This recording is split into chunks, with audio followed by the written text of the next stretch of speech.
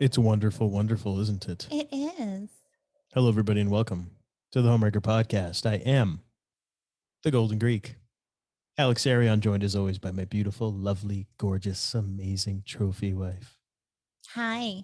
the lovely Monique. Hi, how are Hello. you? I am good. Thank you. You have your microphone Oh, backwards. do I? It's fine. I'm looking at it. I'm like, It's not backwards. it's upside down. Oh. How did that happen? You set it up. Because I set it up That's this why it time. happened. Oh, wow. That's okay. We get Anyway. this. All right. So, what's going on with you, my lady? I'm officially, no, I was trying to think of how to word it. I'm officially a certified hypnotherapist. So I had submitted all my work and I was just waiting for the word.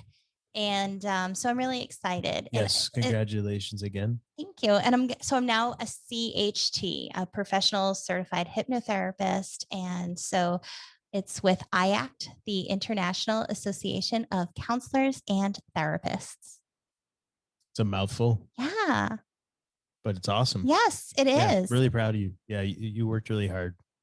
But it didn't really feel like hard work. It was nice. It was no, good. I know, but I mean, I saw firsthand the amount of hours and in the reading and the classes you took and just all the different, consults you've done with people or what do they call it?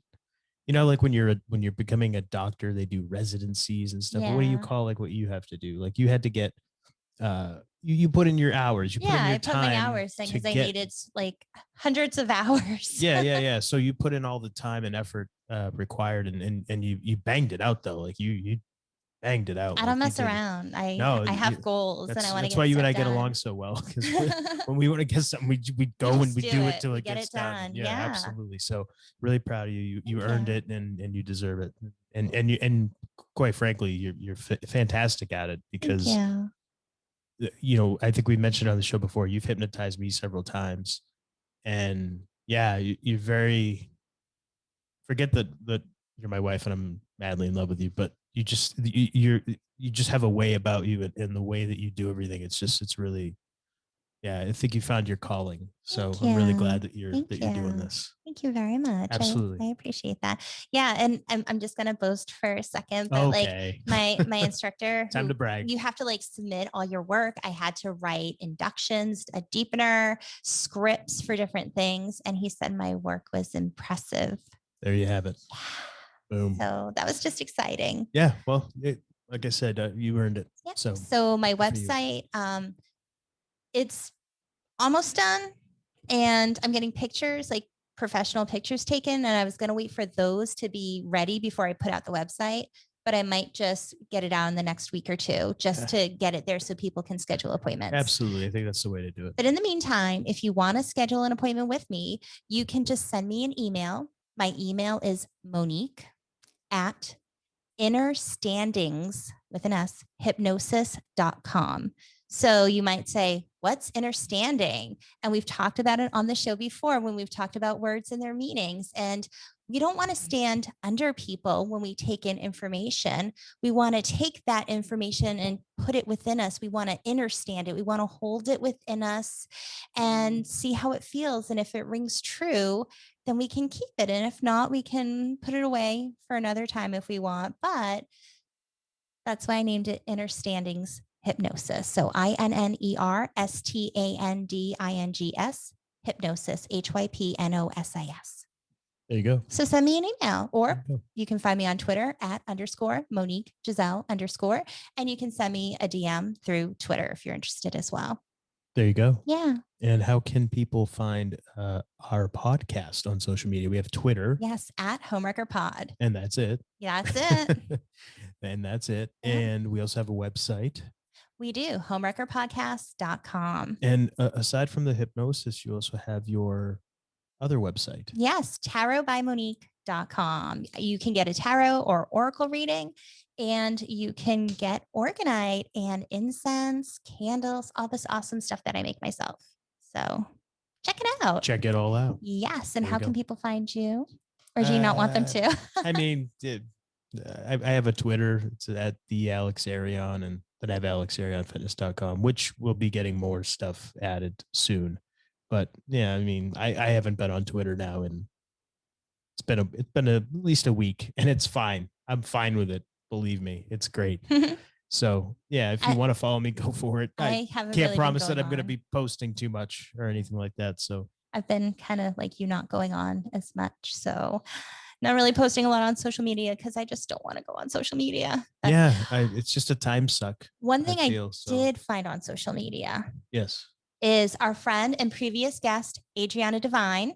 Yes. She talked about her metamorphosis class, and it's a 21-day program that you can achieve your Master Reiki certification. And that's something that I said I wanted to do. Yeah. So I saw the other day that she posted that she's going to be doing another course. So I was like, it's time to do it. So that way I can use Reiki with my hypnosis. So while somebody's under hypnosis, we can do a little Reiki if needed too. That's quite a combination. I mean, there's a lot, and obviously we're not going to talk about everything that you're planning on doing, but you have a lot of things that we've talked about together, in private that are, I don't think they've been done before. I don't think, not to my knowledge. Maybe they have. Who knows? Maybe they have, but I'm going to do it. Yeah. Anyway, I thought of it and I'm like, heck, this sounds good. Yeah, absolutely. So keep an eye out. I think. Yeah. Once I kind of get stuff going, I'll be putting more and more on my website that I offer. Yeah. But yeah, I think that's awesome. Yeah, it's really awesome. And we talked about when we had Adriana on. She did. I had a Reiki session done. It was the first time I've ever had anything like that done, and it was awesome.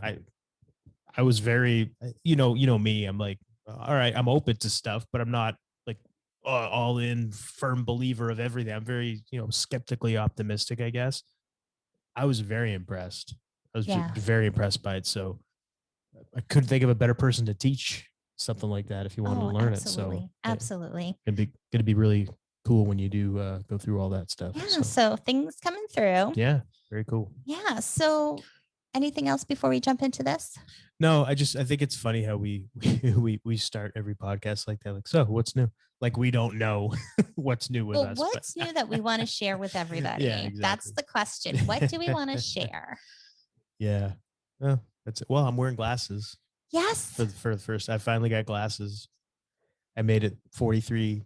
Yeah. Right. Is that how old I am? Yeah. Something like that. Yes. I think. Yes. I don't even know 43. How old I am. Yeah. I had to think about how old I was to figure out how old I don't think I've ever said how old I am on this before, but anyway, yeah, I made it this long without glasses, and I woke up like, it's been like 2 months now, and I couldn't see. You pick up your phone to see what time it is or whatever, and it was blurry to me. First time it ever happened. Very, very weird. So finally went and got my eyes checked, and sure enough, yeah.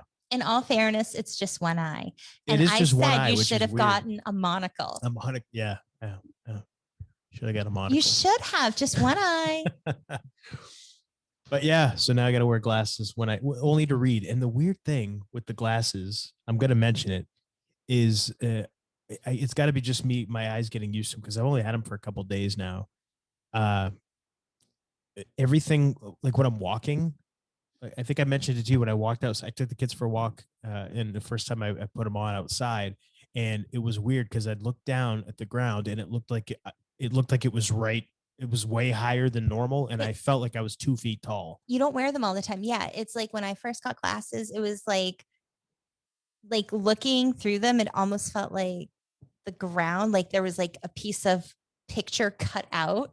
And it was just like, whoa, wait a minute. Yeah. It was, but that didn't last long for me. It got better. But you don't wear your glasses all the time. I do. Yeah, I know. I only have to wear them, I guess, when I'm reading.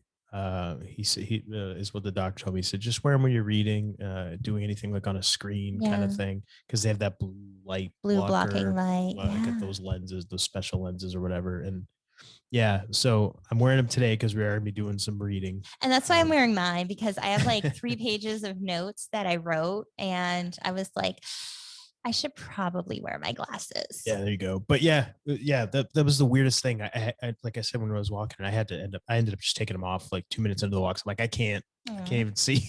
Everything seems so weird. Just yeah, my depth perception, everything was all thrown out of whack. So I guess eventually I'll get used to them. But You will. yeah, so there you go. But anything else No, going that's on? it. Anything I'm else we want ready to share? You to want to jump in. into Yeah. this? Let's get lost. Let's get lost in the Bermuda Triangle, Yeah. shall So we? last week we talked about how scientists, quote unquote, solved the mystery of the Bermuda Triangle. Science. They solved it. Not really. And we talked about like we need to do an episode, and I was curious. I wanted to learn more because, like, you know how you know about things, but you don't really know about things. Yeah. So I was like, okay, let me learn.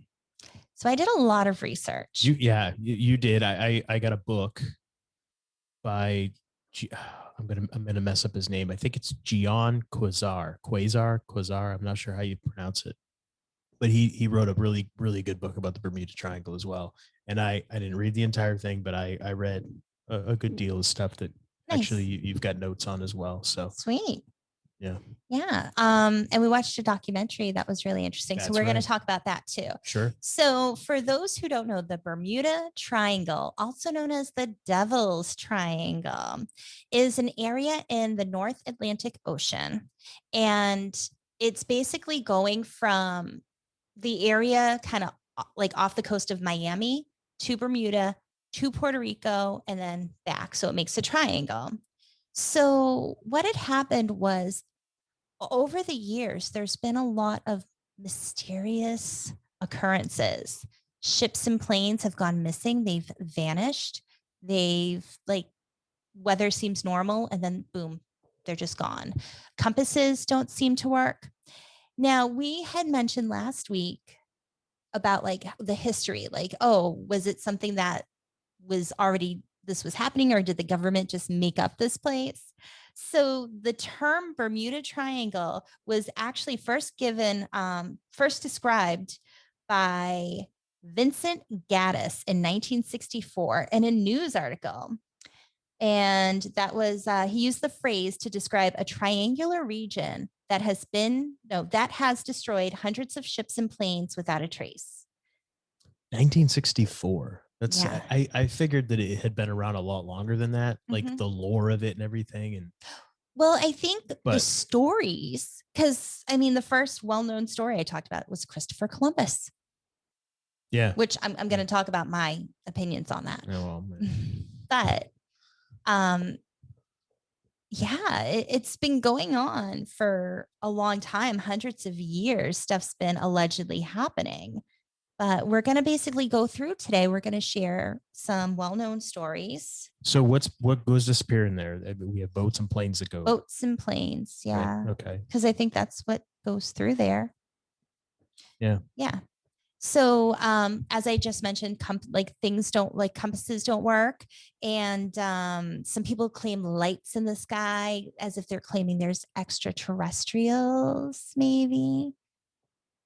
Huh. Yeah. Very interesting. So I told you that I flew through there several times. I think we must have gone. I think we did too when we went to the Bahamas, because that's that route, right? I don't know. That way. I don't know if they went that route, but I don't know if we shared this on the show, but that flight to the Bahamas. So we flew to Florida, and then from Florida, we flew on this little plane to the Bahamas. That's right. It was almost in the movies where somebody goes on a private plane and there's chickens and stuff in there. That's almost what it felt like, except it was seats, but it was really small. And I remember taking off in the plane, and the way the plane was shaking, I was shaking so bad. Yeah. Oh my gosh, this plane is going to fall apart. That's right. And I'm just trying to make my peace. Okay, we're going to die. And okay, I don't have my son with me, but I have my soon to be husband. It is what it is. And I'm just okay, this is it. And then it was fine. And then landing was a little, but it was okay. So going back, when it got shaky, it wasn't as bad, but I think I was more prepared. Okay, no, this is what happens.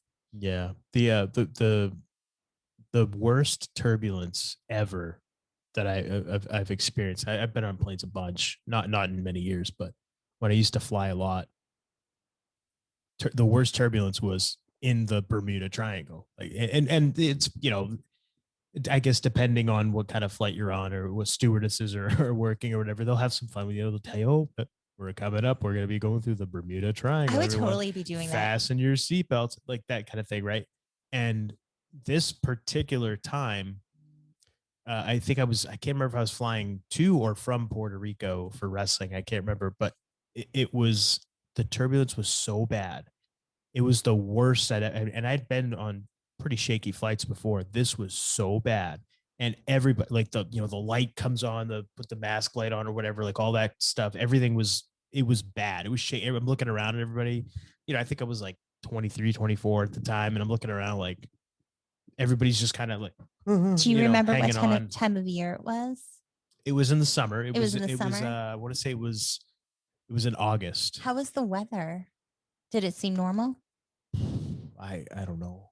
Okay, well, that much I don't remember, that. but I just know that was the scariest, and it lasted for a good half hour or so, and then it finally calmed down. The pilot came on, and you know, he came on several times. Oh, it's rocky, but everybody hang tight. We're gonna get through this. And that's a long time, a half hour. It was scary. Wow. And like I said, I was white knuckling on the armrest and everything, you know, and usually for me, I can sleep on airplanes, or at least I used to be able to.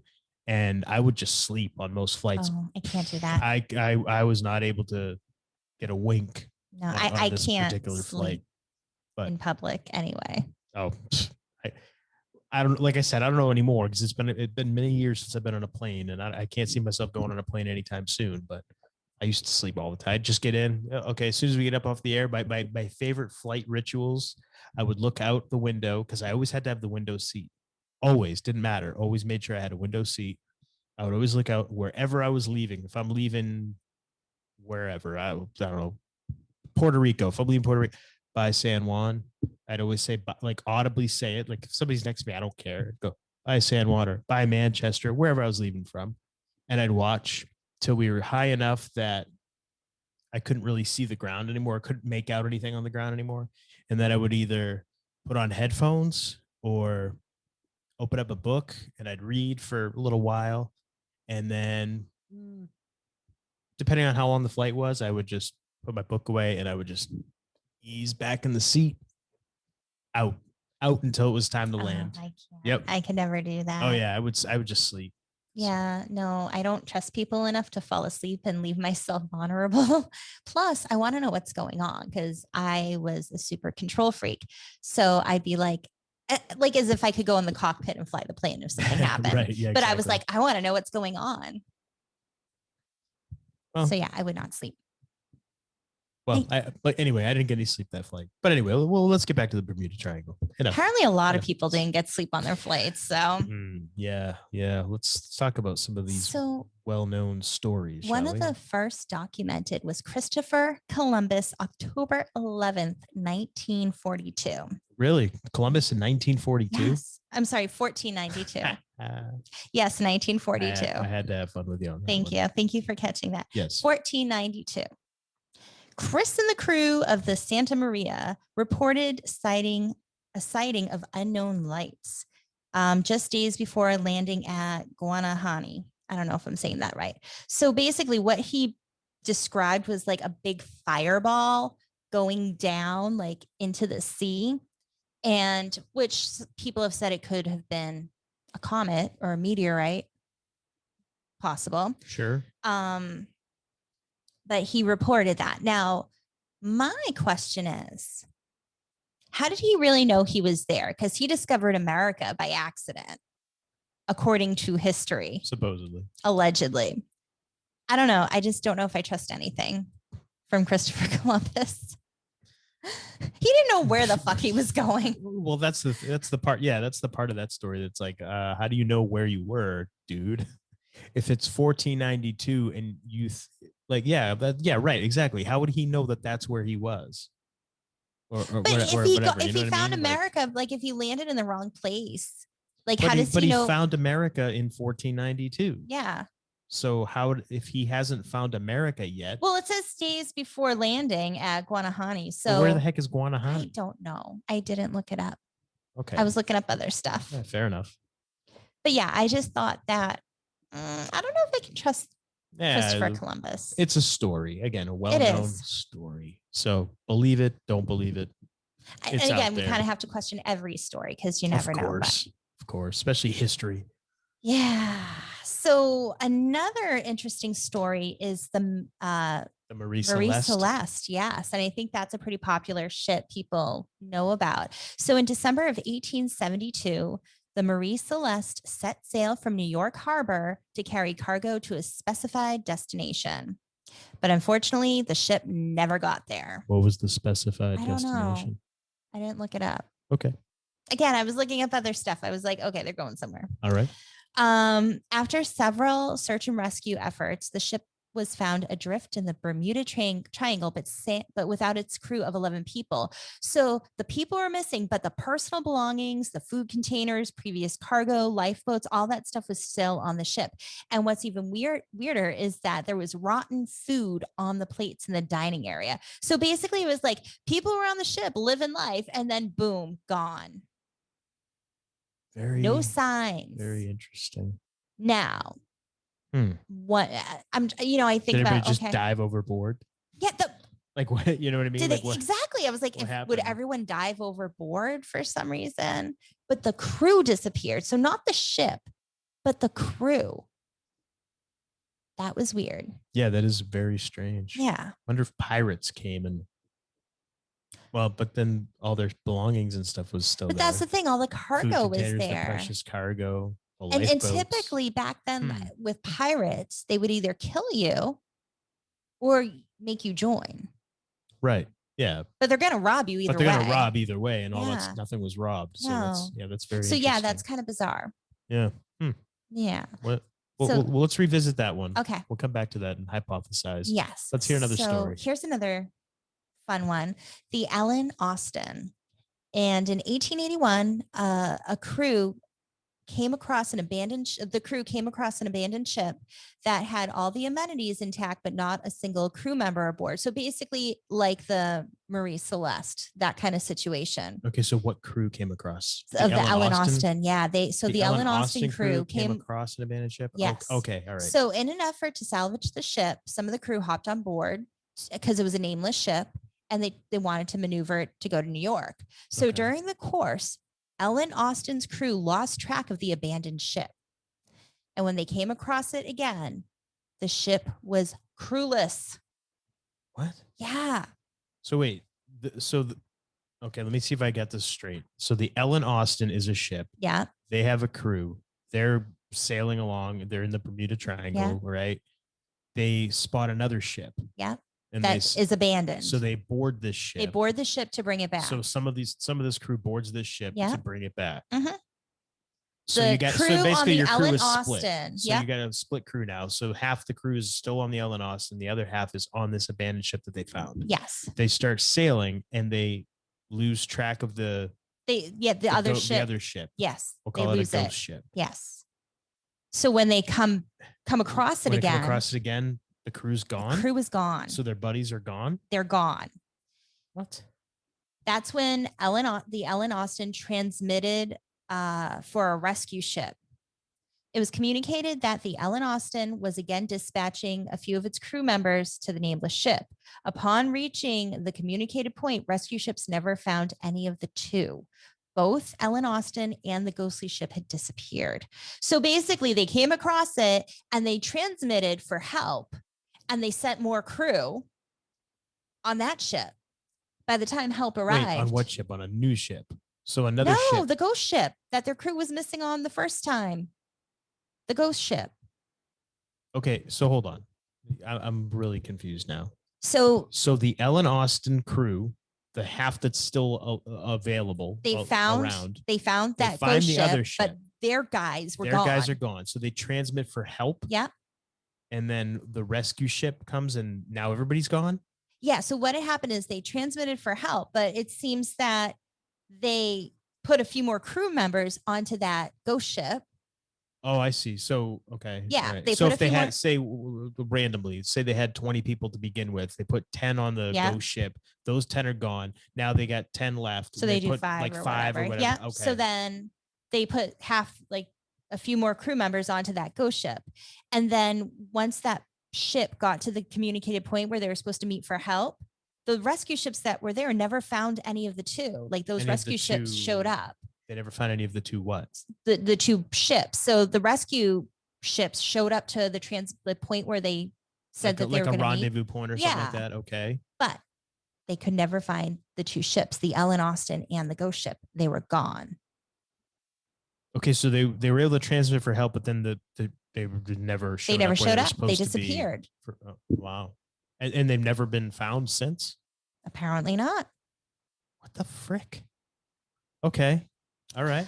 I have, is it Sticks, Come Sail Away, stuck in my head right now. Good one. Good pull. It's just in my head, like the I'm sailing away in my head. Wow. Amazing. That's very interesting. That's very interesting. Huh. I was going to do this one if that's okay. Okay. Or not. Well, just because I've read them, so I don't know if it'll make more sense to me. All right. Another ship. Let's hear another story, shall we? Yeah, another ship that disappeared was the USS Cyclops. I don't know why, but I just wanted to like cover my eye, like one eye. Kind of like you when you don't have your glasses on because only one eye. I'm kidding. Get my monocle. Yes. So the USS Cyclops was this like beast of a ship that was commissioned by the US government to aid British forces during World War I. And it set sail to Brazil at the break of dawn in late February 1918. However, it never reached its destination. We're seeing a theme here. Huh. It was last seen off the coast of Barbados on March 4th. Search teams were sent out to salvage this giant ship, but they had no luck. When the families of 306 crew members started to ask questions, the US government doubled its search operations. Just when there was no hope left, the government disclosed that there were no SOS calls, no wreckages, no sudden storms, and no remains of the ship. And with sincere poignancy, the government declared the ship to be lost and its inhabitants to be dead. And that was the greatest loss to the US Navy. Okay. So this is like a military ship. This is a huge beast of a ship. So what makes this more interesting and kind of creepy is that there were other two ships, the USS Proteus and the USS Nereus. Am I saying that right? Sure. Who suffered the same fate in 1941. And there were no accounts of what happened to the ship, just that these ships traveled that route and they just disappeared. Very interesting. Mm-hmm.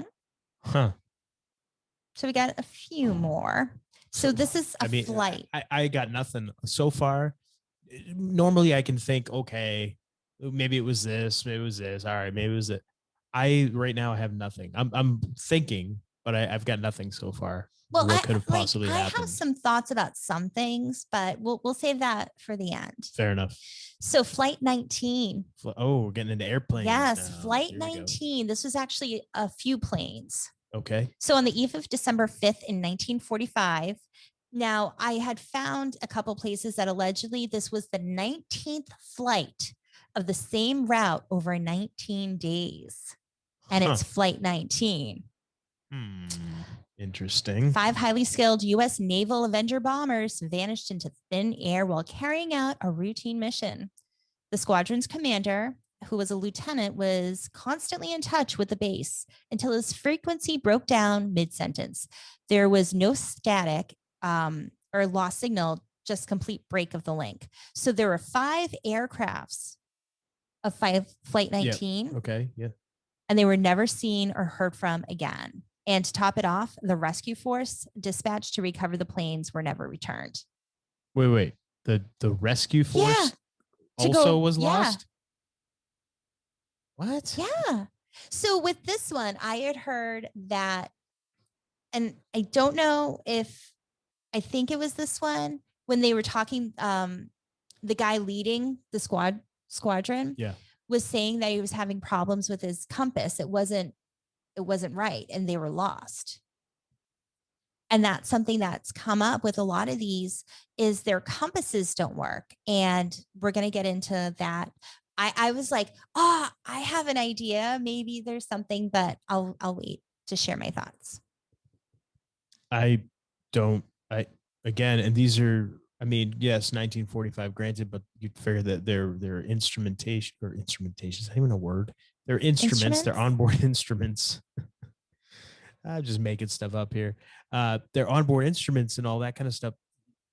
And they're radioing back and forth. You'd figure that it's a little more sophisticated, obviously, in an airplane than it would be on a ship. And it's the military. So even at the time, right. But you would figure even at the time that they've got the latest, greatest type stuff because it's for the military, right? But still just missing. And the fact that because I read, I glanced through this story in that book that I was telling you about, but I didn't read it all the way through apparently because I didn't realize the rescue force that went to recover the planes also got lost. I didn't realize that. They never returned. What? There must be some awesome island over there somewhere that nobody knows about, and everyone just goes there and they're like, screw this place, we're going here. They're out looking and they see the sound. They're like, oh, that looks cool. And it's got like, I just pictured like tiki bar. It's got like the lights, like with arrows pointing at it. It's got like fireworks pulling, it's like Hump Island from Couples Retreat. Yeah. Just yeah. And they're looking out for the plane and they see that and they're like, oh, let me go there. Yeah. I don't know. That's crazy. Yeah. Wow. So this is another ship, the Marine Sulphur Queen. So this is another story. Yeah. So this is a ship. A ship in 1960. Marine Sulphur Queen was converted into a carrier of molten sulfur. That sounds like fun. From being a T2 tanker. It was a 600-foot giant built in 1944 for the purpose of storage. So on February 2nd in 1963, it set its sails it sets sail to its concluding journey. Yes. Sure you don't want me to read? No, I was just like, what did I write? At that time, it was carrying 15,000 tons of molten sulfur and 39 valued crew members. Its existence was last acknowledged on February 4th. And just like in many cases, the radio transmission broke mysteriously mid-sentence. And what's more intriguing is that during that transmission, the commander was briefing about how good the weather conditions are and the helpful navigation just before reporting was cut short.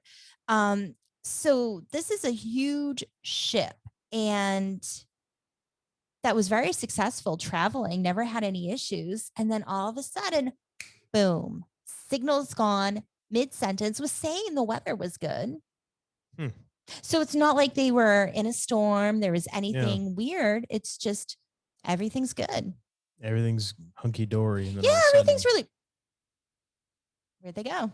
Yeah, they just vanish. Yeah. And there's a lot of stories that very similar, that kind of a thing where they're just communication back and forth and all of a sudden, boom, gone. Huh. Yeah. Very interesting. Mm-hmm. So this is the last story that I wrote down because there's so many. I would be here. There's tons. Yeah, I'd be here forever. The last one is Flight 441. A super Constellation naval airline disappeared during its transatlantic flight on October 30th, 1954 to Azores. I'm not familiar with where that is, while carrying 42 people on board. It was carrying 2 powerful radio transmitters, but it didn't send out an SOS. Weather was reported as nothing unusual, though there were intermittent thunderstorms and mild turbulence, which the aircraft could have easily avoided by raising its flying altitude. But no trace of the aircraft could be found, and the Naval Aviation Section Director admitted that there was no explanation. No official explanation to account for the loss. So this is another plane that, boom, gone. I didn't take copious notes. But I usually don't. I try to remember things, and there was one incident that I read about in the book, and it was just it was a single passenger plane that was coming in and was talking with the radio control tower, right? Air traffic control tower. He's coming in, and the air traffic controller is talking to him like, fine, weather's fine, everything's good. He's cleared for his landing. He's looking at him on the radar, and he's watching his blip on the radar as he's approaching. And he turns away literally for like a second, is the way it was described. He turns away for a second to grab something, looks back at and he's talking to the guy, looks back at the radar screen, and it's gone. The blip of his plane is gone, and the guy's voice is gone. Like, he cuts out. So he's like, hello, hello. You try to find the Yeah. gone, just completely gone. You watched him, essentially you watched him just disappear. The almost creepy part about that is the fact that the moment he disappeared was the one moment he turned away from the screen. Yeah. Yeah. He turns away from the screen. And the way it's written in the account, the way it's described, like, for a second to grab something and turns around and he's gone, and his voice is gone from, That's crazy. the communication is just gone. And he was like cleared to land, like he was coming in for his landing, just vanished, gone. That's like a mile from. Well, some of these stories that we heard and that I've read about, they're like close. They're talking about landing, so they're not that far away. They're like miles from shore, and then they disappear. Well, what do you? I mean, I've got nothing, but there's obviously there's tons of theories out there. There's a lot of theories, and when you have these type of circumstances where you're going to, obviously people are going to come up with, you're going to have like scientific type people or scientists and people like that that are going to come out. They're going to say, well, what was this and this? But then obviously you're going to have people like us. People like us. You're going to, well, maybe it was this. Maybe it was it. Maybe it was. So you're going to run the gamut of actual fact-based science type of theories and crazy nutty conspiracy theories and maybe and it's everything somewhere in down between. the middle. So let's run the gamut. Let's hear some of these theories, if you don't mind. I want to share one of my theories that I mentioned to you. So with the compasses, it made me wonder, there are some rocks and minerals that are magnetic and they can affect how compasses work. And I was really curious if maybe they're, like, for example, hematite is magnetic, and there's like a whole list of different minerals that are magnetic. And I was like, I wonder if there's a strong enough source under the ocean, could it affect ships and planes to cause that to happen? I don't know. I don't know enough about how much you would need to have like under the ocean, but it was just a thought that popped in my head. So I wanted to share it. I mean, that would maybe account for why compasses get all jacked up. But the other thought I had is, you know how there's certain points, like for example, in the US, I forget where it is, but it's like compasses don't really work. I'm trying to think of what it's called. I know what you're talking about. I don't know the actual terminology, the actual technical. Yeah, but like there's points, like there's I think one or two places in America where you go, the compasses won't work, and like gravity is kind of weird. Yeah, I can't think of. I know what you're talking about. Yeah, but like a vortex kind of. Yeah, like that, and it's like, what if, like, usually those are just like attractions for like a tourist trap, right? But if there's really something like that that is causing that to happen, perhaps. Could be. But then all my other thoughts are more like, I mean, that would explain some of it, but when you have crew jumping overboard, or I don't know if they're jumping or not, but when crew just vanishes and ships are found with the rotting food on the plate, and all the cargo is still there, and that's, I mean, just weird stuff like that. Or when you have just plane, I mean, there's theories that make sense for possibly what could have happened to some of the ships. Yeah, I will say that. And that's the thing. I think it's all different cases. Right. But it's the planes for me where it's like, okay, where did they go? Where do those go? Like the 100-foot wave thing, like the British, the British scientists that we talked about last week. How do you account for planes? Here's the thing. So one of the issues that's going to be brought up with the factor is weather. And I just wanted to point out that the majority of these stories that like when they took place, it happened during hurricane season.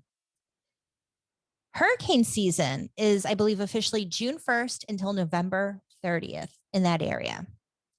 But it's usually August, September, and October when it's the worst. But that's a lot. And it's a super heavily traveled area. Yeah. So when you think about the weather being a factor, that's something that, well, it makes sense. That can affect planes. So yeah, hurricanes, weather can affect planes, but we're going to talk about different factors. So we're going to get there and we'll discuss that. But the theories, let's do theories. Yeah, because I've got a couple. Okay. I want to hear some of the theories that are out there, I guess. Well, I think one of the most popular is that the lost city of Atlantis is beneath the Bermuda Triangle. And that is what is causing all these things. And anyone who knows about Atlantis, they used crystals and that gave them like power, like to power everything as well. So maybe it's the crystals that are causing this, but that's the thing. So let's just say that Atlantis, if it existed, is there. Let's say it's there. How is that causing ships to disappear? How you say crystals, but what exactly? So what is the city of Atlantis? Are there still Atlanteans that live there? Are there still people that live there that are seeing ships and planes and going, "Hey, I want that ship," or "I want the people"? There have been people who have claimed to found the ruins of Atlantis, but they can never produce proof. Something happens and their proof gets lost. Hey, I found Atlantis. Did you know that? Did you? Yeah. I mean, do you have proof? Well, I need proof. The craziest thing happened. I took pictures with my underwater camera and then nothing came out. But that's the kind of stuff like people say that they find it, but then they can't give the proof. Charles Berlitz actually popularized the legend that Atlantis was in the Bermuda Triangle. He had a very popular book, The Bermuda Triangle, in 1974. And in it, he claimed that Atlantis was involved with the disappearances. Yeah, but again, like I say, how? So how? Because it's a mysterious place. The mysterious things happen. Hey, didn't you watch The Mysterious Island with the Rock? Didn't you watch that? I don't know. Did I? Yeah, we watched it with the kids. Okay. All right. But there's like an island and it turns out like it was the lost city of Atlantis. And yeah. Okay. So, spoilers but again, if you haven't watched that. So, okay. So Atlantis is under the water. Under the water. And for some reason. Okay. Now with Atlantis, we're going to go off on a tangent. That should be its own show, but we can do a show on Atlantis. Is Atlantis, was it initially above water or has it always been an underwater? Well, that's the thing. I've heard different stories of it being underwater and then above water. That's why I'm not clear on it. So that's why it's like, well, what is it? Yeah, maybe it's a little bit of both. All right. I still don't know how, if Atlantis is there, if that exists, how that would be disappearing ships and planes. That's the part that doesn't make sense to me, unless it's like you said, it's like the mysterious island, like the movie that The Rock was in or whatever. The Atlanteans are like, you cannot find our secret. And it's like some crazy, tornadoes and hurricanes in that area that keep Atlantis hidden or whatever. But I don't know. But that doesn't account for the planes and the boats that go missing when they're in radio contact with people and the weather's fine and all of a sudden they're gone. It doesn't account for that. So, but okay, we'll say Atlantis. That's a theory. Is a theory. It's a theory. I don't know how that would work, but all right. And also, Bimini Road.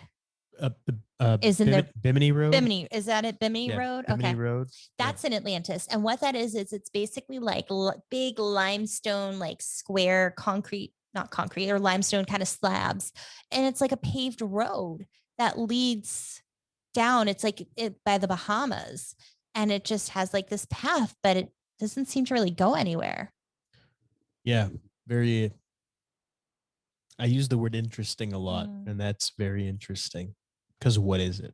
Yeah. Where does it go? They said Who put it it there? seems man-made. It's not natural. Yeah, like who put it there? Hey, let's put a road in an ocean. Yeah, right. Hey, you really want to fuck with people? Let's get these big blocks of limestone and like dig underwater and put them in and make it look like a fucking road. Prehistoric pranksters. Yeah. And they're going to be like, yeah, that will really mess with people. Why not? They're going to be like, what the hell is this? Where's it going to? To nothing. Let's just fuck with people. Hey, Jebediah, you want to fuck with people? Sure thing. Let's make a road in the ocean. Let's make a road in the ocean. Yeah, there you go. So another theory. Interesting. Aliens. Of course. Of course. That's what I always thought when I was a kid growing up into my teens and 20s. Yeah, the story of Christopher Columbus is what a lot of people think. It's extraterrestrial. Other people have claimed that they see lights in the sky, like weird blue lights, different things. And some people think that the aliens created wormholes and the boats and planes are going through these wormholes, and that's why they're disappearing. I mean, where you have so many, because we only, like you said, we've only touched on a couple of more of the well-known stories, but there's hundreds, maybe even thousands by this point, of planes and boats that have gone missing in this area. So, I mean, is it aliens? I don't know. I don't know if aliens are even a thing, if they're even real. I don't know. But can that account for everything? But that's the thing. I don't think any of these theories can account for everything. No, of course not. Of course not. So, I don't know. Did Columbus see aliens? Maybe. Was Columbus even a real person? Who knows? I don't know. Did the character of Columbus? Yeah. I mean, that's the thing. It's like, who knows? Who knows what's real? Yeah, right. So another fun theory is an underground government base. Okay, I can see. We've talked about this with bases underground. Yeah, they definitely exist, but and under the ocean. I don't know. You never know. And would they be responsible for disappearing their own planes and their own ships? Maybe. Well, yeah. I mean, you can't rule that out, of course. I wouldn't put it past them. I wouldn't either. But but does that account for stuff that happened in the 1800s? Do you think there was underground? I don't know. I don't know, but they think that the government's it could be. I don't know. They're experimenting with things that are causing these problems. These experiments are causing these problems. Could very well be. It could be. And another theory is a comet. Some people think that a comet crashed into the Atlantic floor thousands of years ago in that area, and the magnetic waves from it are what are causing compasses not to work. Okay, but again, how does that account for stuff that goes missing, or people and crew that just go missing, but the ship or the plane or whatever is still there? How does that happen? Like, how does that work? That doesn't make sense. So a comet crashed. Okay. That could be a factor. It could be a factor. And maybe it's a bunch of factors when you think about it. But the thing with the comet crash, did anybody see a comet crash? No. It's just somebody's going, well, maybe Christopher Columbus saw a fiery ball coming down to the sea. It's a facto. It's a comet that crashed thousands of years ago. Come on. All right. Keep up. Okay. You're right. I suck, apparently. Jeez. But that's what I mean. Like, come on. Like, I don't know. But it says that it crashed thousands of years ago. Columbus was not thousands of years ago. I know. I'm just saying you got to put the pieces together, kind of like the rogue waves, putting those pieces together. I guess. But there's some other factors to think about. Okay. Bermuda has a coral reef. Bermuda has a 230 square mile coral reef. Bermuda has 230 square miles of offshore coral reefs. Yes. Okay. And that's been a known factor for many shipwrecks. You got to get better at reading your own writing. I was typing fast. I was trying to get this stuff done. But no, they have coral reef.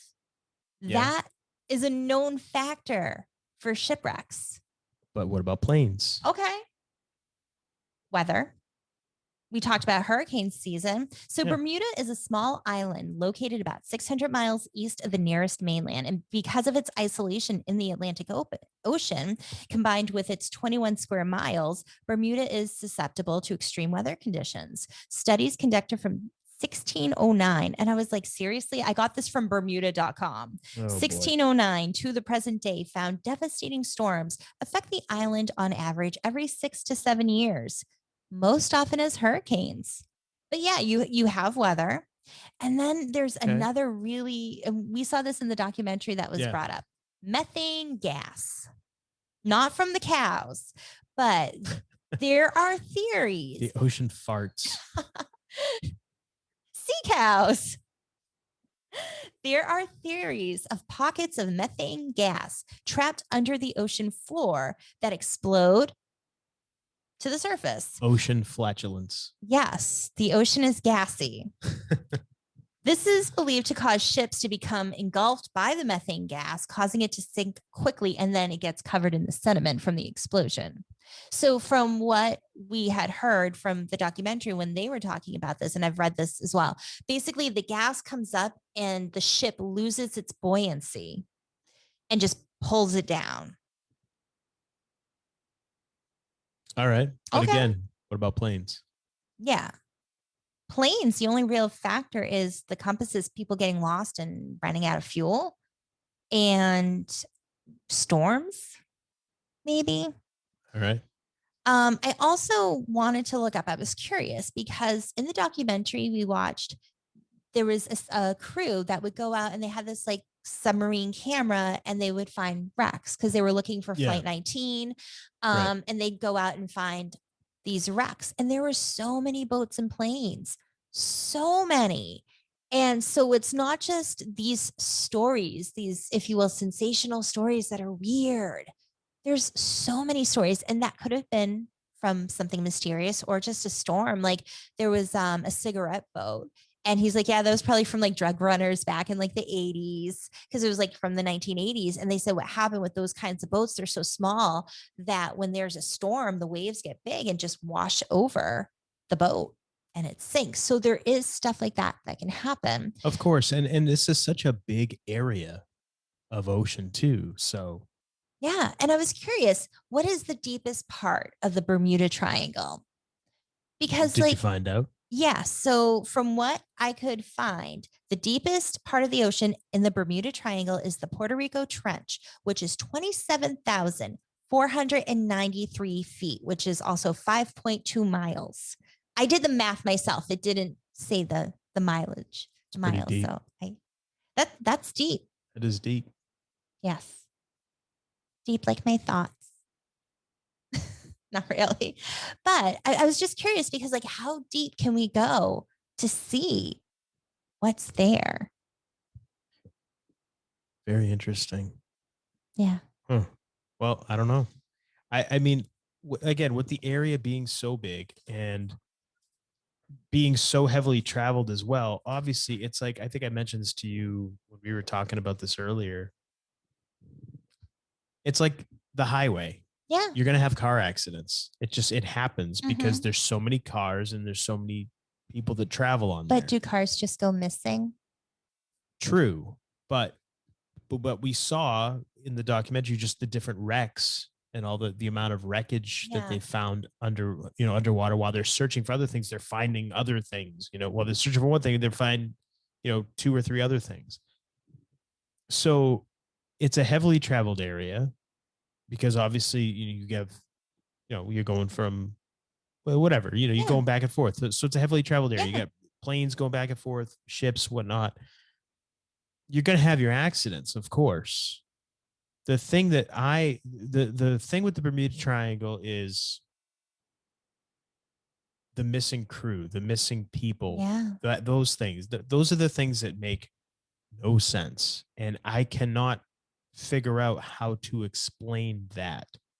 I I've thought about it a lot, and I have nothing that can explain the missing people. Where do these people go? Where do they go? The lifeboats are still there. Like if they're thinking maybe the ship's about to sink, they're gonna jump on a lifeboat. That would Are make they sense. are they being abducted by who? By Again, what? that's where aliens could come in if they're being abducted. Perhaps. I mean, what are they just going crazy? Is there something that when they get to a certain point, maybe there's some kind of, like you mentioned, crystals that maybe make the compasses go nuts? Does it also mess with people's heads? And maybe they go crazy and they just Let's jump out into the ocean. I don't That's know. crazy. It could be maybe people hallucinate. I don't know. But that's the part to me that is, it leaves me scratching my head still, going all these years later. Ever since I first heard of the Bermuda Triangle as a kid, I still have no idea what's going on there. I think there's different reasons for different things. I think I don't think there's just one explanation. I think you're right. I don't think it's one thing. I don't think it's rogue waves like these British. Could that be possible? Sure, but it doesn't explain everything. It's a possibility for some. I think it's kind of pompous to say like, oh, this is the reason for everything. Yeah, exactly. But I think the safest explanation is it's probably a little bit of all of them combined. It's such a massive area. It's so heavily traveled. I bet you a little bit of everything happens there. A little bit of aliens, a little bit of comet, maybe some warps or wormholes. Yeah, thank you. Methane gas. Some methane gas. Yeah, coral reefs, weather. Maybe some foul play. Maybe government bases. Maybe some people get disappeared there on purpose. Who knows? That's a good witness protection thing. Like, hey, I got to disappear. Oh, I'm flying over the Bermuda Triangle. Yeah. New life. You live in Ohio now. Yeah. Hey, that could be too. Who knows? Yeah. I got nothing though, as far as what is it. I think it's probably just a little bit of all of them. A little bit of everything. A little bit of everything. Yeah. It's almost like a cop out saying that, because I like to be very firm in what I think, but I think that, it's probably just a little bit of everything. And there's probably stuff that we haven't even thought of or and that I'm sure there's information that we didn't come across. Oh, so for sure. You never know. For sure. Mm-hmm. Yeah. I don't know. Very, very interesting. Do you have for you anything in particular? Like for me, the one that really gets me is the first story, excuse me, the second story, where the crew commandeers the ghost ship and then they go missing. And didn't work the first time. You think it's gonna work the second time? What happened there? That's the one where I'm just going. I just wonder, like, possibly happened. Well, what were you thinking? What happened there? That's the one that gets me. And then they all go. They're all gone by the time. I mean, what? And the ships were gone too, right? Gone, yeah. So everyone disappeared. Everyone gone. The ships are gone. It's just, that's the one that gets me. That's very strange. Very strange. I don't know, but we'd love to hear what you have to say. Yes, let us know your thoughts. Think. Oh, actually, somebody, because for the episode from last week, I'll see if I can find it. Some people, was this on social media? Yes, or on our Twitter. So we had comments on Twitter. Yeah, because our episode about Bermuda Triangle. Yeah. So Ken Giffey Jr. He sent like a meme. Okay. And it looks like a comment. Do you want to explain it? You might be able to do better. I have to see this. Hold on here. Bear with us, folks. I forgot until like right now. Like, oh yeah.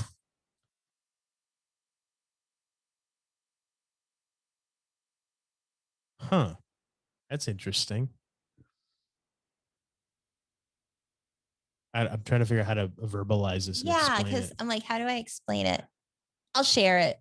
Just share it. I'll share it. Share it. Check out our social media. Yeah, it's pretty interesting. Yeah. And then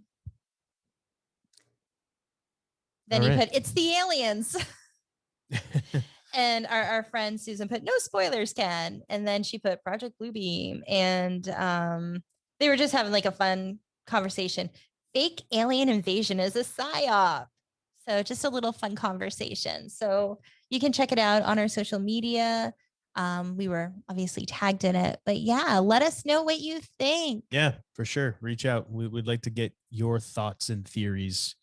Anything we didn't discuss, anything we didn't hypothesize, we'd love to hear your thoughts. Because I'd love to get somebody's unique take on this. We should do a Homewrecker field trip to the Bermuda Triangle. To the Bermuda Triangle. We'll go to like Bermuda or Bahamas. We'll get on a ship.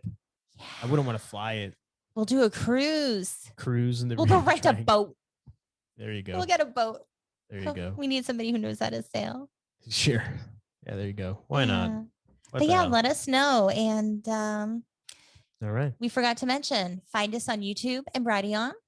Subscribe anywhere you get podcasts. And if there's a review system, please give us 5 stars or the highest amount possible. We appreciate it. We do. Yeah. All right. Well, so there's that. There you have it. Yeah. So until next time, I am the Golden Greek, Alex Arion, joined as always by my beautiful, lovely, gorgeous, amazing trophy wife, the lovely Monique. And you've been listening to the Homewrecker Podcast.